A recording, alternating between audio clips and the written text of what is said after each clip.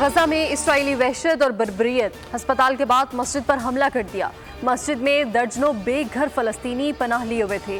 شہادتوں کا خدشہ، غزہ میں بمباری سے اب تک 3,500 فلسطینی شہید، 13,000 سے زیادہ زخمی ہو گئے۔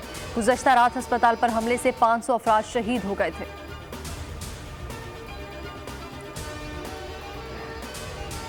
اسرائیلی جارحیت کو عالمی برادری روکے ورنہ پھر ترکیہ یہ کام خود کرے گا، ترک صدر طیب ایردوان نے خبردار کر دیا۔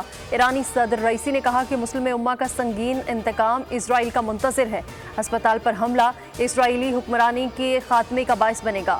اردن کے سفیر نے ہسپتال پر حملہ ٹارگٹ کلنگ قرار دے دیا، کہا اسرائیل نے حملے سے پہلے ہسپتال کو وارننگ جاری کی تھی۔ امریکی صدر کی منافقت کھل کر سامنے آ گئی، ہسپتال حملے کا الزام حماس پر لگا دیا، کہا امریکہ اسرائیل کی دفاعی ضروریات پوری کرنے کو یقینی بنائے گا۔ حماس نے 7 اکتوبر سے اب تک 1400 اسرائیلیوں کو نشانہ بنایا۔ مہذب دنیا کو حماس کو شکست دینے کے لیے متحد ہونا پڑے گا۔ الزام لگایا حماس نے ایسے مظالم کا ارتکاب کیا جس سے داعش زیادہ معقول نظر آئے۔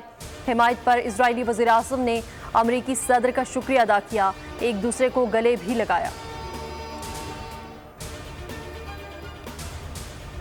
اور اقوام متحدہ میں فلسطینی سفیر ریاض منصور نے اسرائیلی دعوے کو اڑا کر رکھ دیا، کہا کہ ہسپتال پر حملہ اسرائیل نے ہی کیا ہے۔ حملے سے قبل ایک ٹویٹ میں اسرائیلی ترجمان نے کہا تھا کہ ہم ہسپتال کو نشانہ بنائیں گے۔ اب عالمی رد عمل کے بعد اس ٹویٹ کو ڈیلیٹ کر دیا۔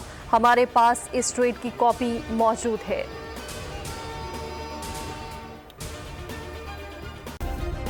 سبسکرائب کریں اور بیل دبائیں تاکہ کوئی خبر رہ نہ جائے۔